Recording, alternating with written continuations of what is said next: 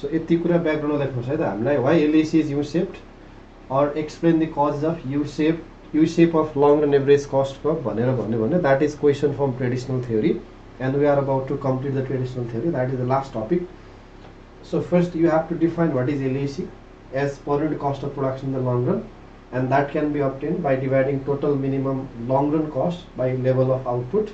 So it shows the possible minimum per unit cost of production to produce different level of output in the long run, and it is derived with the help of different SACs which represent different efficient cost condition and level of output भन्नु पर्यो. त्यसैले under traditional theory long run per unit cost initially declines with increase in level of output. It reaches its minimum level with optimum level of output, and again if there is increase in output it increases, so which makes it U-shape भनेर यति कुरा ब्याकग्राउन्डमा लेख्नु पर्यो है. So सुरुवातमा हामीले उत्पादन बढाउने हो भने यसको चाहिँ long run per unit cost initially घट्छ, अझै उत्पादन बढाउँदा यो मिनिमममा पुग्छ, र अझै हामीले उत्पादन बढाउने हो भने यो चाहिँ बढ्न थाल्छ भन्ने चाहिँ हामीले हिजो अस्ति पनि डिस्कस गर्यौं है. Such nature of LAC can be observed or can be associated लेखौँ ल. observed भनेको अब फेरि ठ्याक्कै can be associated with emergence of economies of scale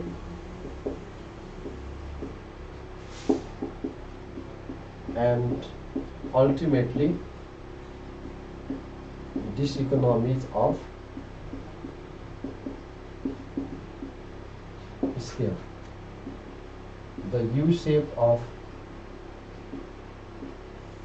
LAC can be shown in the following diagram.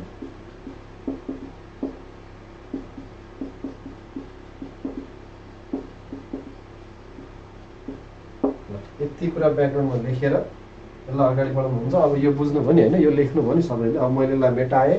अब एउटा डायग्राम ड्रा गर्नुस्.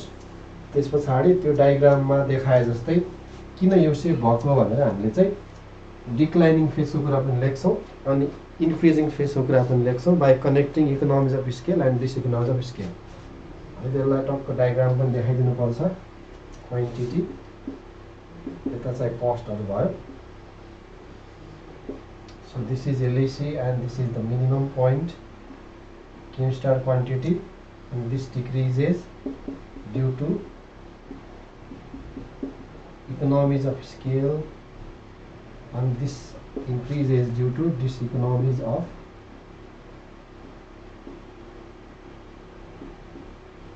scale.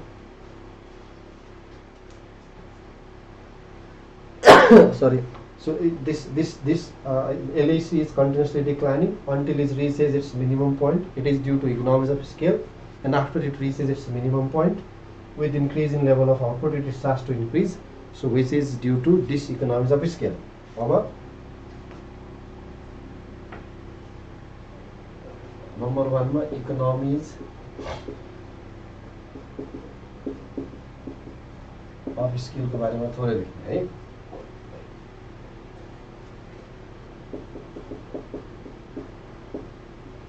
It refers to a reduction in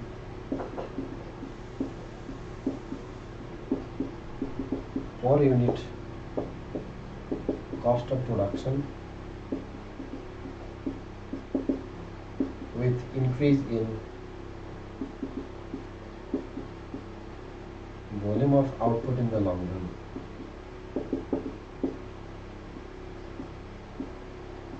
Volume of output in the long run.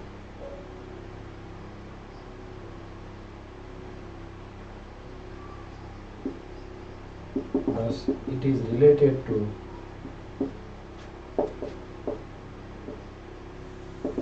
benefits associated with mass production. Associated with mass production.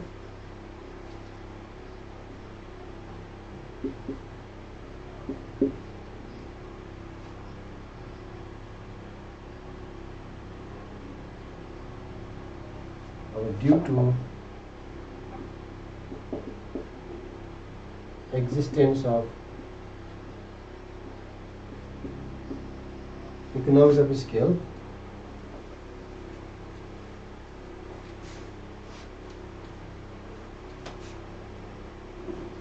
due to existence of economies of scale, the firm's per-unit cost continuously declines as shown in the above diagram.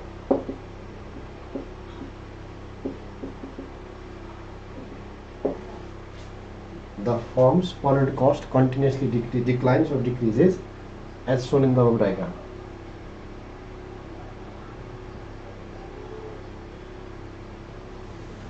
The major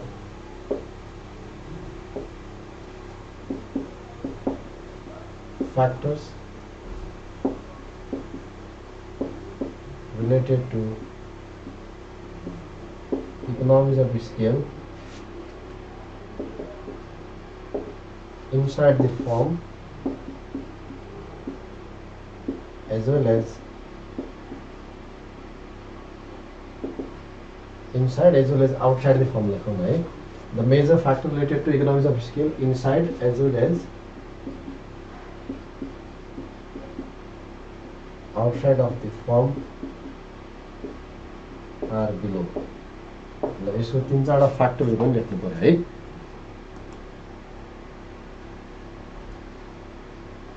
It refers to a reduction in per-unit cost of production with increase in volume of output in the long run. Thus, it is related to benefits associated with mass production due to existence of economies of mass production. Right? This was full stop. Due to existence of economies of scale, the firm's per-unit cost continuously declines as shown in the above diagram. The major factors related to economies of scale inside as well as outside the firm are below. मैले सबै बोल्दै लेखिरहेको छु, यसो अलि clearly मजाले ध्यान दिएर सुन्नुस् है त. हो अब यो टाइपको इकोनोमिक्स अफ स्केल आउने फ्याक्टर चाहिँ के हुनु भनेर तीन चारवटा मेन्सन गर्नु पर्यो के कारण यस्तो हुन्छ त भनेर है. अब नम्बर 1 मा स्पेशलाइजेसन of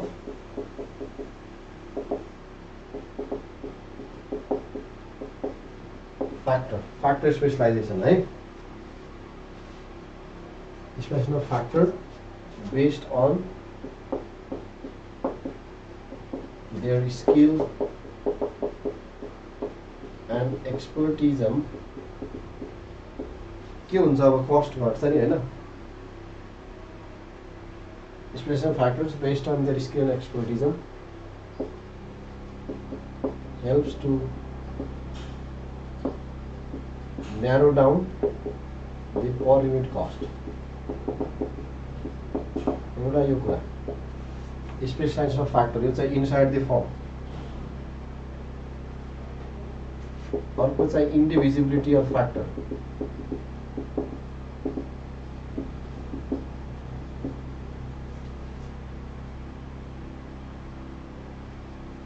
Individual of factors such as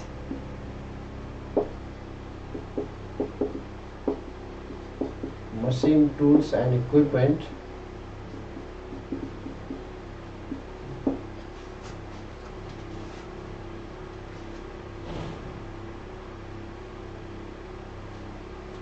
individual factors such as machine, tools and equipment can increase efficiency of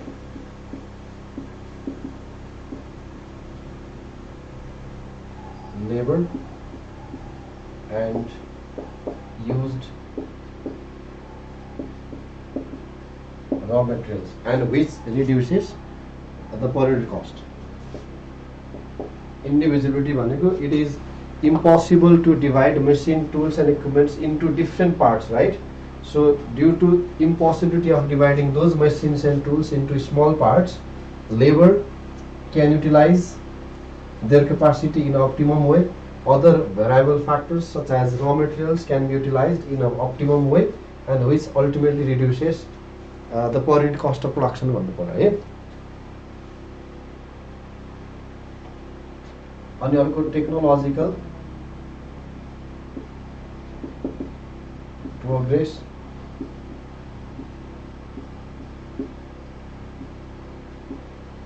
and advancement over time helps to improve production efficiency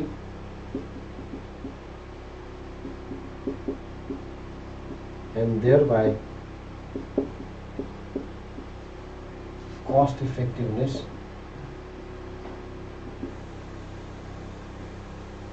can be enjoyed.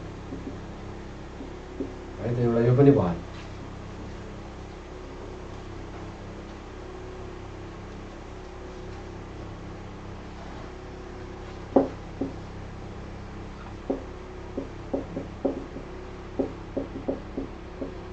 Quantity discount and quantity discounts and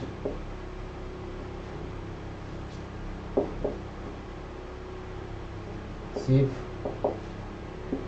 cost of finance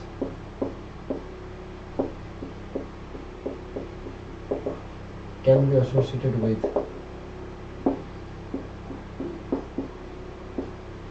mass production and large or bulk volume of transaction. And this was hard.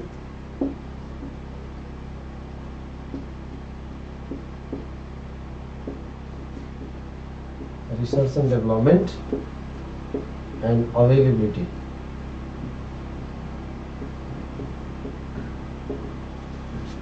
Of key information in easy manner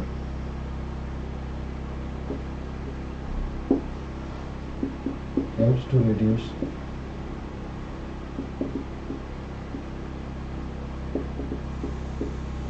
information cost. ल यो कुराहरु चाहिँ सबै economies of scale भित्रकोमा यसलाई जोड्न पाएला यति कुराहरुलाई हो. ल यो चाहिँ because of these factors internal as well as external economies of scale can be occurred or can be emerged in the business firm and business firm or production per unit cost of production continuously declines भन्नु पर्यो है.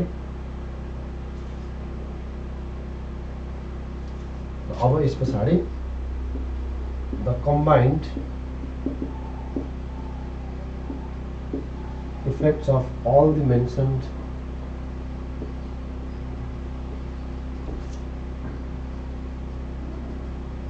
factors or elements यो सबै combine effect भयो भने के हुन्छ होला अब हो. त्यही भएर हिजो त्यहीबाट लेख्नुस् भनेको पनि भनेको कज अफ आइआरएस मा पनि लेख्यो यिनीहरु त्यहीबाट लेख्ने हो. त्यहाँ कज अफ आइआरएस पनि इकोनोमिज अफ स्केल हो कि हैन. त्यसैले मैले हिजो इकोनोमिज अफ स्केल पढाएको के तपाईहरुलाई सजिलो होला भनेर त्यहीबाट लेख्दै हुन्छ है.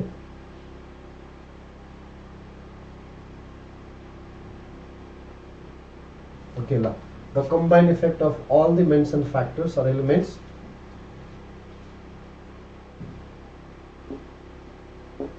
leads LAC to reach its minimum point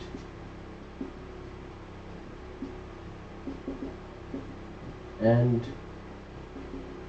which remains stable for a particular time. मिनिमममा पुर्याउँछ. मिनिमम चाहिँ एउटा फ्ल्याटर लाइन छ नि हैन हो. त्यो फ्ल्याटरनेस चाहिँ एउटा टाइमसम्म भइराख्छ. कस्ट एउटा टाइमसम्म बढ्दैन भनेको किन भन्दा यो सबैको सिनर्जी इफेक्टले गर्दा द कम्बाइन्ड इफेक्ट और synergy effect of all the mentioned factors elements leads LAC to reach its minimum point and which remains stable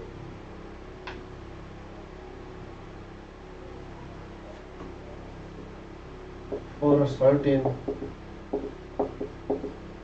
time. है जस्तो यो यस्तो टाइपको छ नि त हाम्रो हैन. यस्तो टाइपको चाहिँ एउटा टाइमसम्म स्टेबल जस्तो देखिन्छ भन्ने हिसाबले यो सबैको सिनर्जी इफेक्ट रहन्जेलसम्म until the synergy effect of all the factors remains active in the market or active in the production firm, then its minimum point remains stable. Flatter type को छ त्यसैले हैन.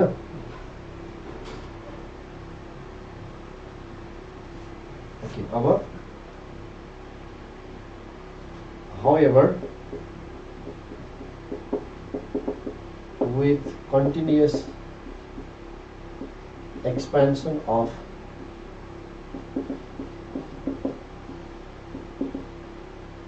business and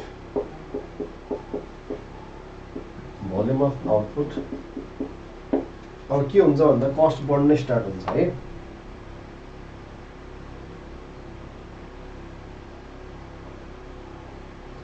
However, with continuous expansion of businesses and volume of output, the cost reduction capacity of all the mentioned factors, cost reduction capacity of all the factors is fully utilized and phase of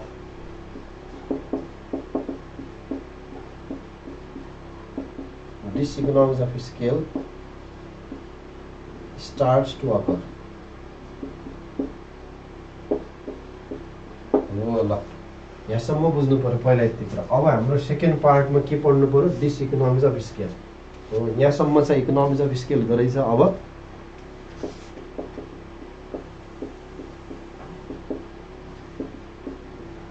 यो सजिलो किन लाग्यो भन्दा हिजो पढेको भएर सजिलो लाग्यो होला है। हिजो हामीले पढ्यौँ नि त इकोनोमिज र डिसइकोनोमिज अफ स्केल भनेर। अब it refers to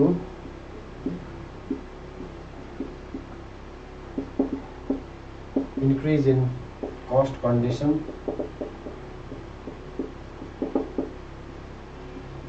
with larger volume of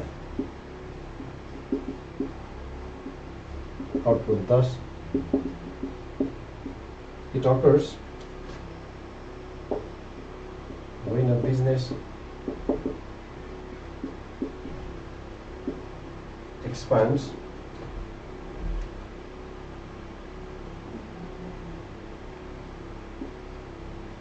when a business expands at a larger volume and cost of production and production mechanism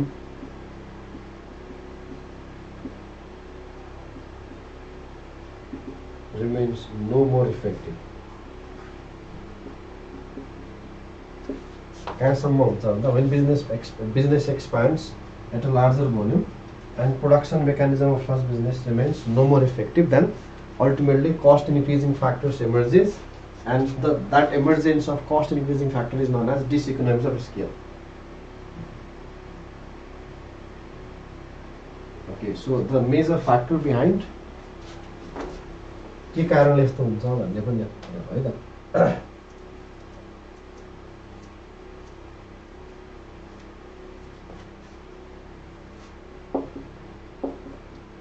The key factors responsible for increased cost of production after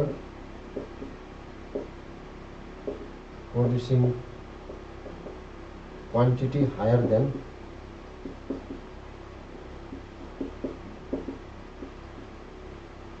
optimum level are optimum भनेको यो चाहिँ minimum optimum है। यहाँनिरको this Q star is optimum quantity, and if firm starts to produce more than optimum quantity, then different cost increasing factors starts to emerge, and that is called diseconomies of scale. अब यो भित्र पनि दुई तीनटा main कुरा लेखौँ है। सबभन्दा पहिला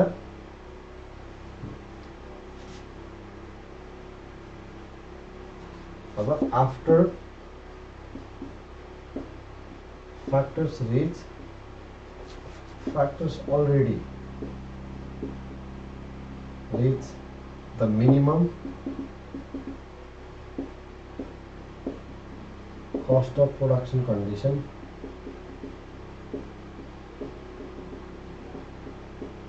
it reduces motivation and moral factor.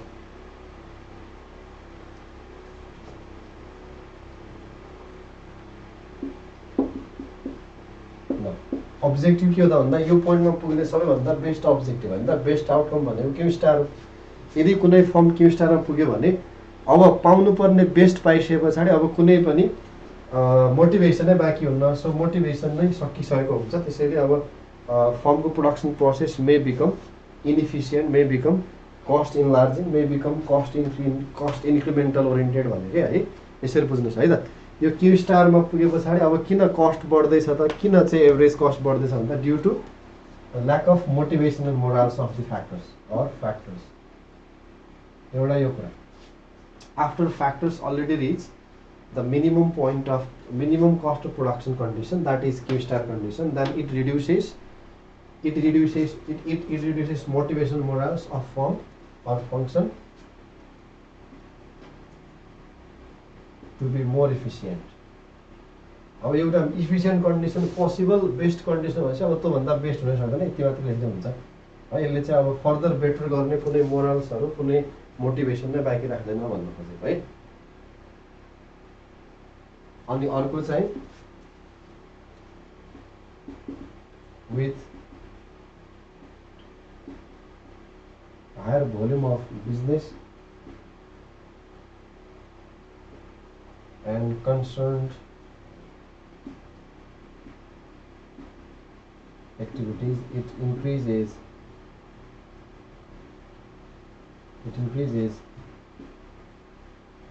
burden and it increases managerial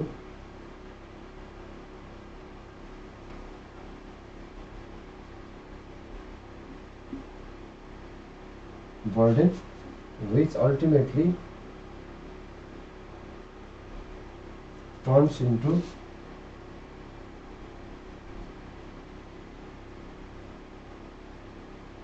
managerial diseconomies.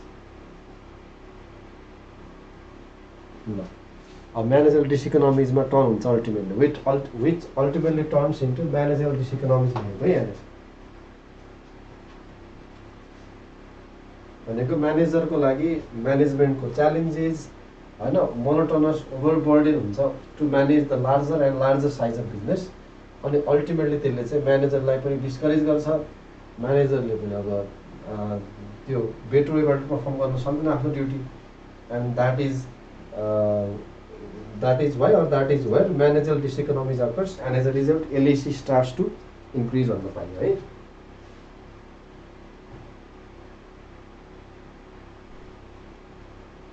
अब अर्को चाहिँ the natural and other resources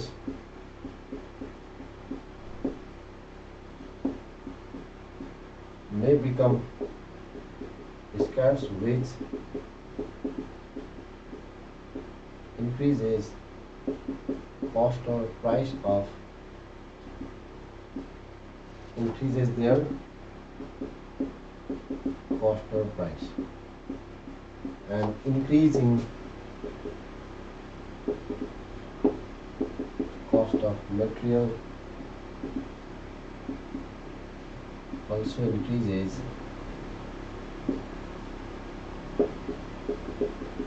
foreign cost of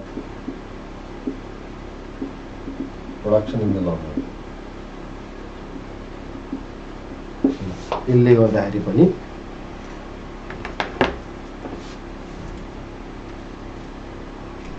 duties and burden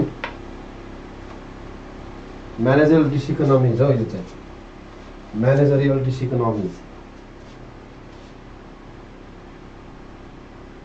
About the combined effect of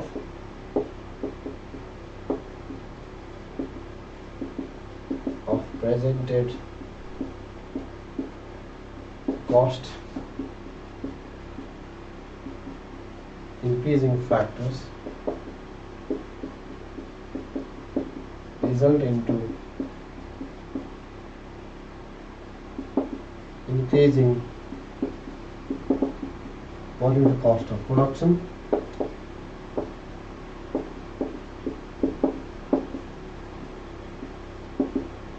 in the long run. Therefore, due to presence of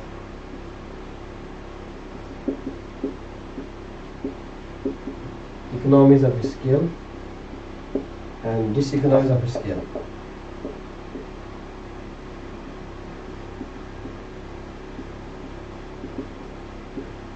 LHC curve becomes U-shaped. LHC curve becomes U-shaped. यो कारणले गर्दा LHC U-shape को हुन्छ भन्नु बुझ्नुभयो त यो कुरा हो. म्यानेजरल डिसइकोनोमी हो लास्ट टाइम. यो चाहिँ with higher volume of business and concerned activities, it increases managerial duties and burden, which ultimately turns into managerial diseconomies. भनेको managerial economies now turns into managerial diseconomies, है. Okay.